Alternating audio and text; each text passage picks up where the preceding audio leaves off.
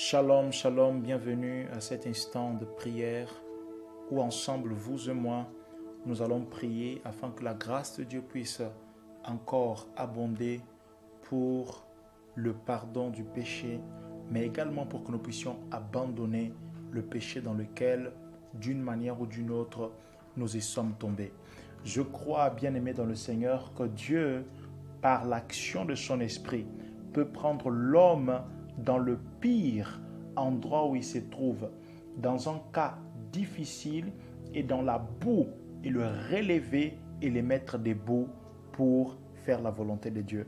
Dans ces temps de prière aujourd'hui, j'aimerais tout d'abord que nous puissions prendre les livres des psaumes chapitre 51, où nous allons lire du verset 1 au verset 16, pour comprendre également ce psaume, parce que le contexte de ce psaume, c'est lorsque David a eu à pécher contre Dieu avec Bathsheba. Il a pris la femme de quelqu'un, il a péché contre Dieu, c'était un péché grave de prendre la femme de quelqu'un d'autre, et David qui était le roi, c'est lui qui devait être responsable, c'est lui qui devait être un modèle, un exemple, c'est lui qui est tombé. Et David fait cette prière à Dieu afin que Dieu les restaure. Restez jusqu'à la fin parce que dans la prière de David, il fait sortir 3 choses pour lesquelles nous allons ensemble prier afin que Dieu puisse déverser sa grâce pour que nous puissions abandonner ce péché. Je vais commencer la lecture. Psaume chapitre 51, verset 1 au verset 16. La Bible dit ceci. Aie pitié de moi, ô Dieu. C'est David qui est en train de prier. Il a écrit cette prière. Aie pitié de moi, ô Dieu, toi qui es si bon. Efface mes transgressions, toi qui es si compatissant. Lave-moi de mon péché, purifie-moi de ma faute.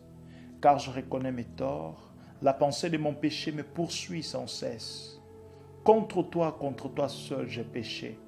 J'ai commis ce qui est mal à tes yeux. Voilà pourquoi tu es juste quand tu mets ta sentence et tu es irréprochable quand tu rends ton jugement. Je suis depuis ma jeunesse marqué du péché. Depuis quand ma mère, j'ai été conçu, le péché attaché à moi. Mais tu veux que la sincérité demeure au fond de mon être. Tu m'enseignes la sagesse au plus profond de moi. Purifie-moi du péché avec un rameau d'hysope et je serai pur. Lave-moi et je serai plus blanc que la neige. Fais résonner à nouveau la joie et l'allégresse pour moi. Les eaux que tu as broyées retrouveront la gaieté. Ne considère plus mes péchés. Tous mes torts, efface-les. Ô Dieu, crée en moi un cœur pur. Renouvelle en moi un esprit bien disposé. Ne me renvoie pas loin de ta présence. Ne me reprends pas ton Esprit Saint. Rends-moi la joie du salut que tu accomplis. Et affermis-moi par ton esprit généreux. Alors, je pourrai montrer à qui est coupable le chemin que tu prescris pour que le pécheur revienne à toi. Ô Dieu, toi le Dieu que me libère, viens me libérer du poids de mon crime. Alors, par mes chants, je proclamerai ta justice. Amen. Voici la prière que David a faite quand il passait également par un moment de détresse. Parce que, bien aimé, nous sommes conscients et nous cherchons à abandonner le péché. C'est parce que nous nous rendons compte combien il est néfaste pour nous. Parce que le péché nous éloigne de Dieu. Parce que le péché nous aveugle par rapport à la présence de Dieu. Dieu demeure toujours présent parce qu'il a promis qu'il sera avec nous. Il a promis qu'il ne nous délaissera point. Mais lorsqu'il arrive à un enfant de Dieu de pécher, il a l'impression que Dieu est loin. Non pas parce que Dieu s'est éloigné, mais parce que ce dernier s'est éloigné de Dieu. Dieu est toujours présent, mais le péché éloigne l'homme de Dieu. D'ailleurs, c'est ce que la Bible nous fera comprendre dans le livre de Romains. Romains nous dira, Romains chapitre 3, que tous ont péché et ils sont séparés de la gloire de Dieu. Donc le péché sépare l'homme de la gloire de Dieu. Voilà pourquoi lorsqu'il arrive à un homme de péché, il se sent séparé de quelque chose de divin qui est en lui. À plus forte raison lorsque un homme qui a accepté Jésus comme son Seigneur et Sauveur et qui a fait de Jésus son ami, son maître et qui a fait de Dieu son Père, lorsqu'il fait quelque chose contre son père, contre son ami, contre son maître, il a mal. Comme lorsque nous faisons du mal ou du tort à quelqu'un que nous apprécions beaucoup, c'est normal que nous ayons mal. Et cela arrive également lorsque nous les faisons contre Dieu. Voilà pourquoi je suis pleinement conscient que nous ne voulons plus marcher sur cette voie. Voilà pourquoi nous voulons nous engager ensemble et faire cette prière de victoire pour l'abandon du péché. David a fait cette prière et lorsque vous voyez l'histoire de David, il a été restauré. Et c'est après que David ait péché que Dieu a donné ce témoignage à propos de David, que David est l'homme selon son cœur. Qu'est-ce que cela montre? Qu'est-ce que cela nous enseigne? Cela nous enseigne que le péché, certes, est néfaste. Mais le plus grave, ce n'est pas de pécher. Le plus grave, c'est de rester dans le péché. Le plus grave, c'est de ne plus se rapprocher de Dieu. Et Dieu appelle David l'homme selon son cœur parce que David était cette personne que malgré qu'il soit tombé dans le péché, il peut revenir à Dieu après. Et Dieu a dit, voici ce que j'aime. Voici un homme selon mon cœur. Voici un homme qui a compris qu'il ne doit pas rester dans le péché, mais il doit sortir de là. Voici un homme qui a compris également que ma puissance est à l'œuvre pour le faire sortir de là. Oui, j'aimerais nous exhorter. Peu importe l'heure à laquelle vous êtes en train de suivre cette vidéo, j'aimerais nous exhorter pour dire ceci. Dieu a mis en œuvre sa puissance par la mort et la résurrection de Christ et par l'action du Saint-Esprit en nous. Il a mis sa puissance en œuvre pour que nous puissions être libres de toutes sortes de péchés. J'aimerais vous dire que lorsqu'il nous arrive de pécher, lorsque vous lisez le livre de Genèse, Adam et Ève avaient péché. Et lorsque Dieu vient dans le jardin pour les chercher, Dieu étant omniscient, Dieu ne demande pas à Adam et Ève, qu'est-ce que vous avez fait? Non. Mais Dieu a plutôt demandé, où êtes-vous? Parce que même lorsque l'homme pêche, Dieu n'a pas le regard sur ce que l'homme a fait. Mais le regard de Dieu est sur ce que ce péché est en train d'entraîner, ce que ce péché est en train de faire dans la vie de cet homme. Comment ce péché est en train d'éloigner l'homme de lui. Voilà pourquoi il a posé la question, où es-tu? Et pas, qu'est-ce que tu as fait? Dieu était soucieux de l'intimité, de la communion et pas de l'action. Et pas de l'action. Bien-aimés, j'aimerais nous inviter à ce moment de prière. J'aimerais nous inviter à nous mettre à genoux, de déchirer nos cœurs devant Dieu et avec une sincérité profonde, faire les prières que David a également faites. Je disais au début que cette prière a pratiquement 3 sujets. Toute la prière a pratiquement 3 sujets. Et c'est ce que nous allons faire ensemble. Prier pour ces 3 sujets. Le premier sujet et la première chose que nous retrouvons dans le livre de Psaume chapitre 51, c'est que David demande à Dieu le pardon de son péché. Cela veut dire qu'il reconnaît qu'il a fait du tort à Dieu. Alors il s'adresse à Dieu pour demander à Dieu pardon. J'aimerais que nous puissions élever la voix et demander à Dieu pardon. Pardon d'avoir commis ce péché, d'avoir commis cette faute, d'avoir commis cette erreur, d'avoir fait ce mal. Élevons nos voix. Parce que s'il y a quelque chose qui peut libérer l'âme de l'homme de la culpabilité et de la conscience du mal, c'est la repentance vraie, c'est la repentance sincère. Bien-aimés, là où vous êtes, élevons la voix ensemble et crions à Dieu. Père éternel, nous venons devant toi à cet instant. Père, nous venons déchirer nos cœurs devant toi. Toi, plus que personne, connais l'état de notre âme, connais l'état de notre cœur en ce moment. Comment nous nous sentons déchirés, accablés à terre, sans force de rien faire, sans envie de rien faire. Car encore une fois, nous sommes retombés dans ce péché, nous sommes retombés dans ce mal.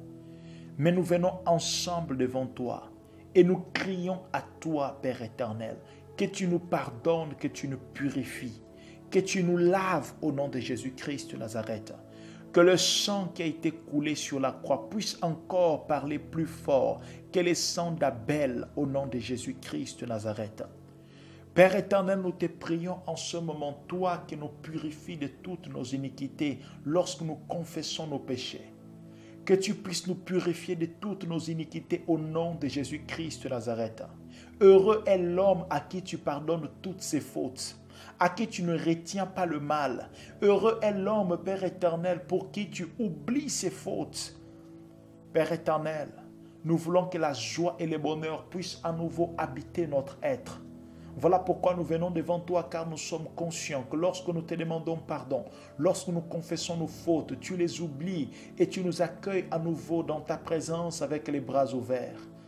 Alors que nous élevons nos voix vers toi, nous pouvons ressentir à nouveau ta présence, ressentir à nouveau tes bras ouverts, nous accueillons dans ta présence et nous voulons te dire merci pour le pardon, merci pour l'accueil, alors que nous te le demandons. Nous ouvrons notre cœur pour le recevoir. Comme toute autre chose que nous te demandons et que nous sommes sûrs de les avoir reçus, nous sommes sûrs de recevoir notre pardon, notre purification en ce moment, parce que nous te le demandons. Merci Père éternel, au nom de Jésus-Christ de Nazareth. Amen. Nous continuons à prier cette fois-ci, nous prierons. Lorsque nous lisons la prière de David, pendant quelques instants, David reconnaissait qui était Dieu pour lui. David disait à Dieu qu'il de ne pas le retirer son esprit, parce qu'il connaissait l'importance de l'esprit. Il connaissait l'importance de la présence de Dieu. Maintenant, nous allons également élever notre voix et dire à Dieu, Dieu, nous recevons ce pardon parce que sans toi, nous ne pouvons pas vivre. C'est toi qui nous as conduits jusqu'à là. Depuis que nous t'avons accepté, nous ne savons pas vivre sans toi. Voilà pourquoi nous recevons ce pardon pour continuer à nouveau à marcher avec toi. Père éternel, merci pour le pardon. Si nous te demandons pardon de nos péchés, c'est parce que nous reconnaissons que ton esprit a été attristé. Or, nous ne savons pas vivre sans ton esprit. Nous ne savons pas vivre loin de ton esprit. Nous ne savons pas vivre, réfléchir. Nous ne savons pas vivre sans la joie de ton esprit, sans la paix que donne ton esprit. Voilà pourquoi nous venons devant toi, Père éternel, en te disant que ta présence est tout pour nous. Ne nous retire pas ta présence. Ne nous retire pas ta présence. Ne reste pas inactif quoique étant présent. Ne reste pas silencieux quoique étant présent. Mais à nouveau, nous voulons entendre les sons de ta voix. À nouveau, nous voulons ressentir ta présence par ton esprit. À nouveau, Père éternel, nous voulons être emportés lorsque nous rentrons dans ta présence. Par le feu de ton esprit, par l'agissement de ton esprit en nous. Nous voulons être emportés dans ta présence, voir comme tu vois, penser comme tu penses, ressentir comme tu ressens. Nous voulons cette communion d'autrefois, Père, que seule ta présence peut donner. Voilà pourquoi nous crions à toi, au nom de Jésus-Christ de Nazareth. Bien-aimés, nous allons prier pour ce troisième sujet. David va demander une restauration. Dans le verset 10 et le verset 11, par exemple, il dira « Faire raisonner à nouveau », « Faire raisonner à nouveau », c'est-à-dire que le péché, cela montre l'idée que le péché enlève quelque chose. Et David demande que cela revienne. Il dit « Fais résonner à nouveau la joie et l'allégresse pour moi ». Ça veut dire que le péché avait enlevé la joie et l'allégresse. Et David demande la restauration de la joie et de l'allégresse. Verset 12 dira « Ô Dieu, crée en moi un cœur pur, renouvelle en moi un esprit bien disposé. » Cela voudrait dire que le péché enlève l'esprit bien disposé. Le péché ôte ou le péché stoppe l'esprit bien disposé chez l'homme. Et David a demandé que Dieu renouvelle cela, que Dieu lui donne un esprit bien disposé. Plutôt que Dieu le redonne un esprit bien disposé, que Dieu le redonne la joie et l'allégresse. Je ne sais pas qu'est-ce que le péché vous a volé. Mais nous allons élever nos voix et dire à Dieu, Dieu, restaure la joie. Je sais que le péché vous a volé la joie. Je sais que le péché vous a volé également la paix. Je sais que le péché vous a enlevé un esprit bien disposé. Pour ces trois choses, nous allons demander à Dieu une restauration. Mais nous allons également lui demander la restauration de toute autre chose. Peut-être le ministère que nous avons perdu. Peut-être la vision du futur que nous avons perdu. Que Dieu restaure tout cela. Père éternel, nous venons devant toi et nous te prions. Père, oui, nous reconnaissons que le péché a ôté, a volé plusieurs choses en nous. Il a volé la paix, il a volé la joie. Il a volé en nous un esprit bien disposé pour ton œuvre, pour la communion avec toi, pour faire ta volonté. Voilà pourquoi nous nous tenons devant toi et nous te prions au nom de Jésus-Christ de Nazareth. Que tu nous redonnes un esprit bien disposé, que tu restaures en nous ta joie, que tu restaures en nous ta paix, que tu restaures en nous ta force au nom de Jésus-Christ de Nazareth. Père éternel, la vision du futur que nous avions, elle a été broyée, elle a été enlevée par le péché. Mais nous prions que cela soit restauré au nom de Jésus-Christ de Nazareth. L'envie d'être dans ta présence, la capacité de te chercher, tout cela, nous l'avons perdu à cause du péché. Mais alors que nous venons devant toi et que nous te demandons pardon, nous te demandons également, restaure toutes ces choses en nous. Restaure ton onction, restaure ta grâce, restaure ta puissance, restaure ta sagesse, restaure ton autorité. Restaure, Père éternel, la puissance de ta parole en nous. Nous te le demandons. Au nom de Jésus-Christ de Nazareth. Au nom de Jésus.